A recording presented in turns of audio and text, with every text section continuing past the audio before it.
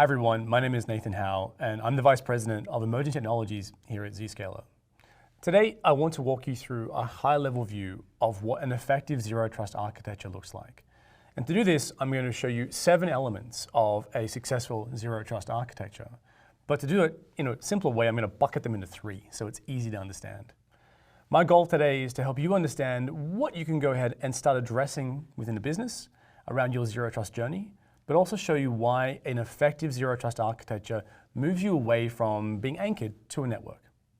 So let's get started so we can help you get through all the fear, uncertainty, and doubt. I'm going to start by drawing over here some high-level boxes and basically the fundamentals of what a Zero Trust design will look like. To do that, I need to talk about, well, what is it? And really, it starts with you have people, you have things, you have workloads that need to communicate.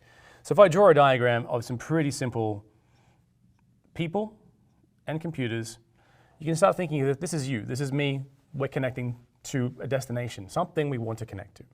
That could be YouTube on the internet, it could be a private services inside of your infrastructure as a service, and I'll come to that in a second. But we also have other things that need to connect. So there will be things like cameras, IoT, things that need to connect. We also need to connect workloads. So I'll draw a little diagram, like a couple of boxes here that look like a couple of applications. So we have these initiators that need to get to something, and normally those things, as I mentioned before, will be things like YouTube or some sort of service. But we need to break them down to understand a bit of a difference as to the destinations. You're going to have things that are maybe inside of a data center, so something you have built and historically controlled. You're going to also have things that are kind of in your newer cloud environments like infrastructure as a service. This is where you're moving your workloads if you want to control them. And again, this is what you control.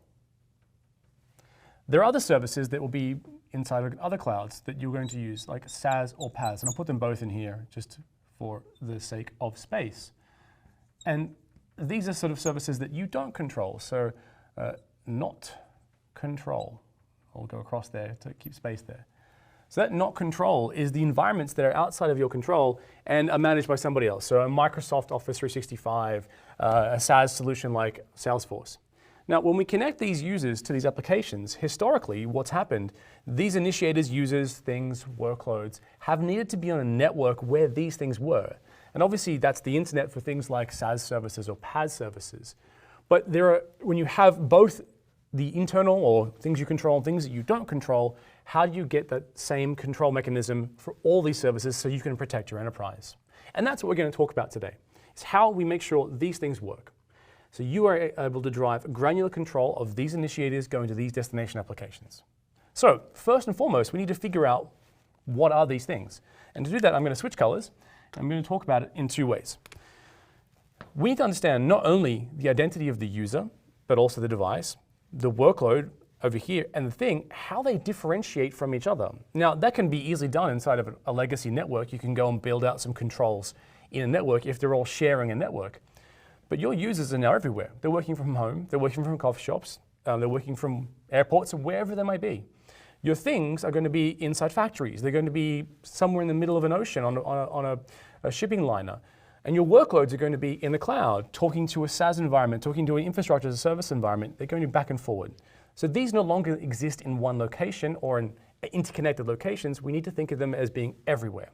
So the first thing we need to consider is how we apply a differentiation between these 3. Let me just fatten that line out a little bit there. So what I'm going to talk about here is the idea of verification of the identity of these 3 main criteria of initiators. Now, when I say 3 main, users will differentiate. There'll be different users, and we'll go into that in a second. There'll be different workloads, there'll be different things, but we can bucket them into ideas, these 3 main areas, so we can understand how to provide that differentiation. And that allows me to go over here and talk about verify. Now, verification of these entities, these initiators, is broken down really into 3 main parts.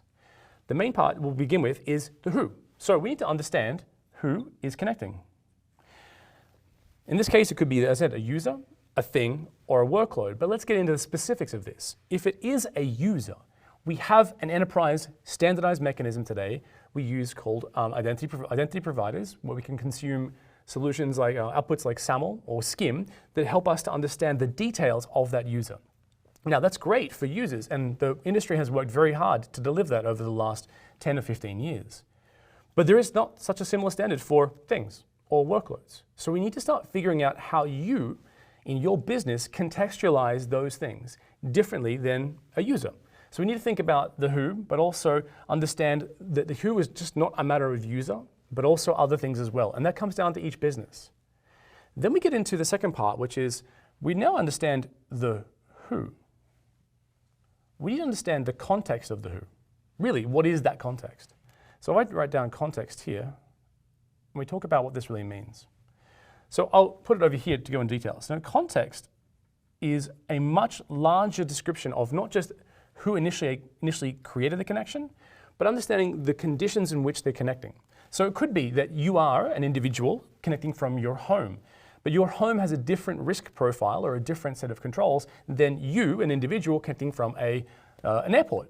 This needs to be understood because, well, in terms of the context, it applies to that granularity of connection.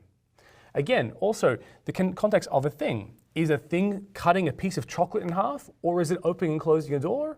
Is it sending information to the cloud? All these things are different and need to be understood. Again, each business does this differently. Finally is workloads. So when you do have those workloads that talk to each other, how do you differentiate access? An example would be, how do I allow SAP to connect to my file shares? Those things become very interesting when we want to understand the details of this context. Once we've understood the who, the context, we need to understand, well, where are these guys going? What's actually going to happen with these connections? And that really is the understanding the what and the where. So I'll put it over here just simply as what to keep it simple. Now that's the next step in this conversation, understanding, or the next logical step in this conversation of verifying who is connecting. And the reason why we do that is because when a user connects to a destination application, they're going to have a different set of controls, well, ultimately should have a different set of controls than a machine or a thing. If they are both, for example, if you are going to allow your things to go to YouTube, why are you doing that? You don't want your things going to YouTube. You want your users consuming YouTube, but your things, if that's happening, you probably have an issue you need to look into. So that's what we need to understand, what the destination is and how that destination applies to the policy control. So when we talk about destination and the what and where, we need to understand, is it something that's already known? Do we know if it's already categorized and documented in our infrastructure? Is it an internet service that we know about, like YouTube, like Facebook? If not, then we should discover it. And we need to flag that for discovery and understanding. So it's a very simple decision of, do we know it? Is it categorized? And if it's not, we have to go investigate and learn more about it. And that becomes a very important part of that final verification, because every time we create a connection, and this is the key here, every time something from down here tries to create a connection, this has to be assessed every single time. Not just once and then they can go and have a free-for-all. They get access to be able to completely understand and control, and we get to control every request on every session. And this needs to be reassessed because, as we'll come in the next section, risk will change depending on what the applications are being connected, or what applications are being connected to. So to move into risk and the next phase of control, I'm going to pick up another color, and I'll talk about the idea of the control layer. That pink looks fantastic on the screen. So, control. Inside of control, we need to look at this in terms of, well, we know the initiator, but now we need to figure out what controls we're going to provide. There are many controls that you can implement in terms of a zero trust architecture, but the granularity here is key. And in order to get that granularity, we need to have inline inspection. If you're not looking at the depths and the ins and outs of the actual connection, you're not going to have the ability to enforce control, but also to be able to identify things that you consider risky or not. So that control means we have to have, and I'll put it here, inspection. This is critical to the next three things I'm going to talk about. Because first is the idea of understanding the risk.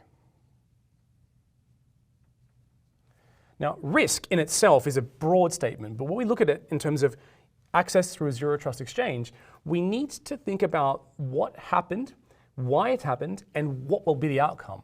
And so what that means is when a user, perhaps in the initial request, goes to the internet and browses a legitimate and safe website, their risk level will be scored in a certain way. They're safe. But if something happens, if they download a malicious file, if something gets installed on their device and calls out to a command and control server on the internet, that risk score must change. And if you recall, I mentioned this is a regular, every time there's a connection, this is being reassessed. That risk score will change on every single request based upon what that user or the initiator of the thing or the workload is doing. That gives a lot of power to you to say, I will set my threshold of what I consider risky and what is not risky. So risk for us is the key ingredient to understand not just the initiators going to something, but also now what happens in the next phases as we go into the details of what we want to protect. And protection itself breaks down into two layers. One is to protect against threats. So we are going to look at threat prevention. And I'll put this threat prevent. Now, threat prevention, and I'll make it easier for you to read because my handwriting is horrible, apologies. But threat prevention means ultimately we don't want to allow anyone to download or consume anything that would put our business at risk. So this is attack prevention, stopping a malware strain being downloaded, someone perhaps clicking on a malicious link, those sort of things. That threat prevention is ultimately going to be looking inside each one of those connections and ensuring that nothing bad is happening that could impact your business. Again, it's a business driver, but we want to make sure we can decide what is allowed and what is not allowed based upon your business. Some companies will have different perspectives on what is a threat versus what is not. And that threat could be different based upon the user and their device, their thing that's connecting from, or the workload that's connecting. And this allows us to then make some pretty cool decisions about how we provide controls, which we'll get to in the policy enforcement in a few minutes. The other side of the prevention layer is data loss. So data loss prevention, and I'll put this prevent, is a critical business driver. You, as an enterprise, have lots of intellectual property. You drive your success by what you've built. You don't want someone stealing that or copying that. So we need to know and look for what possibly could be stolen or maybe accidentally lost as someone's consuming online services or any services for that matter. So how do we do that? We need to make sure that not only when we do the inspection that we're stopping the threats, we also need to look for patterns, look for information that could be stolen and lost outside of your organization. Somebody could be sending something to the cloud. Someone could accidentally send an email with, as a silly example, credit card numbers onto the internet. You don't want that. You want to make sure you can control your crown jewel information so it's not being lost. And so that data loss prevention is critical in our direction towards improving business controls and business use cases. Obviously, there's an infinite number of possibilities here, and it's up to each individual business to understand what they want to protect. But having this, again, understanding the control of against who is connecting, what sort of content we're going to protect against, so again, how risky they are they doing anything bad that could impact the company, either from a threat being downloaded or data being lost, is critical to understanding the entirety of our control stack. Now we move to our final stage, and I'll bucket it out with orange again. If we talk about policy. And policy is basically the cumulative statement of everything we've gone through here. And it's the last layer before we connect to the destination application. Now, policy is not and should not be considered as a binary decision of allow or block. That's an old world thinking and doesn't really apply when you come to the granularity of everything we've gone through. Because there may be a session that a user requests access to that you want to allow them to get access to. Maybe, again, YouTube, you want to let them do that. But when they go to a service, maybe in an infrastructure as a service environment, you don't want to allow them to access the full application. You may want to allow them, but isolate them so they can't upload and download files. This is a very critical destination point. We want to ensure the policy is granular to your requirements. And policy really, as I said before, is a conditional stage. We want to conditional allow or block. Now, I mentioned before it's not allow or block because inside of those allow and blocks, we need to think of all the possible variations that could be there. Now, I'm not going to put them all on the whiteboard or the board here because there's just not enough space. But the goal of this is to give you the granularity to say that depending on what is going to happen, depending on everything you've assessed from that identity through to the control layer and now to policy, we need to make sure that we're only getting the access to the granular application as allowed by your control and policy. Now, that's a lot to think about, but think of it like this. You want your users to access Salesforce. Easy, allow that. That's an allow straight through. Maybe you have a service on the internet you don't want anyone to download files from. Maybe there's let's say a social media site you don't want files to download. Let's just say Facebook. So we allow that, but we isolate that so we don't allow anyone to download files. So we can remove possible malicious links that are there as well. In addition, we can then say, well, actually, if somebody's going to be going to an internal application, maybe something in the data center, well, that session, again, individually being assessed in all these values, now is not going to be just allowed, we're going to deceive it. What I mean by deceive is we're going to actually send it to a honeypot, a service that allows you as a security team to say, well, actually, I don't want that initiator to make a request to the destination. I want to ensure they're only getting access to the place I want them to go, and I'll let them play in that sandbox, the honeypot environment, to do all the fun things and deceive their abilities. That gives us a lot of control. And again, I'm only touching on a few here, but that granularity of this environment is critical because once we understand all this contextual information on a per session, per access basis, which means continually assessing this, then and only then are we going to connect. And the connection is really in two parts. The first part is to consider, well, there are services like the like the SaaS and PaaS environments that are exposed to the internet already. So anyone can already connect to them, but now we're saying, well, we're going to connect them through our control stack so we can prevent threats and protect our company. But when that connection is going to be passed on to that destination SaaS or PaaS service, even on the internet for that matter, anything open on the internet. But conversely, we have a set of services that don't need access from the entire internet. They need to be protected. Or we want to make sure we send specific traffic to a specific destination. And what we believe here at Zscaler is that requires a layer of software we call a connector. And that basically is allowing us to then not allow connections inbound, as is the historical network-based functions. We're actually going to allow the connections to come outbound. So what I mean by that is that only if this entirety of this solution has been, and all the values have been validated and the access is allowed, will we allow this connection to be connected outbound, and only for that individual application. So if there's a user who wants to access something inside of the infrastructure environment or the data center environment, it would be a specific outbound connection for each one. Again, we're assessing each connection on its merits onto each request for each session under the risk, meeting your required threat prevention, data loss prevention, and policy controls to ensure that each individual session is uniquely protected. Which, when you look at this in its entirety, is the granularity of what Zero Trust really brings. It's not just access to the network or to the application, it's individually assessing it all the way through. So, to summarize, as I know that's a lot, we look at Zero Trust in those three main areas. We want to verify the initiator, who is connecting, understanding what their context is, what they're doing, where they're going, understand how we control those destinations. Are we ensuring the right things are happening? Nothing good is leaving the company, nothing bad is coming down. And finally, we want to enforce policy by connecting the right initiator to the right destination application under the conditional controls we want to apply. Now, if you look at this from your business point of view and how this would help your business, there are already steps you can take to start understanding this. At a high level, what's the identity? What do you differentiate users, things, workloads? How do you differentiate those today? Then how do you subdivide that? What are the users you might have inside the company? How do you say this is one set of users versus another, third parties and so forth? Different types of devices, different types of things. I mentioned before, cutting the chocolate in half or opening and closing a door. They have different functions, therefore different requirements for connectivity. Finally, it's workloads. How do you differentiate those workloads, SAP and file shares? That becomes a question of how each enterprise defines that. I can't tell you that, but what we can do is help you understand where to focus those information gathering areas. Next, you need to look at what you want to protect. How risky are you willing to be?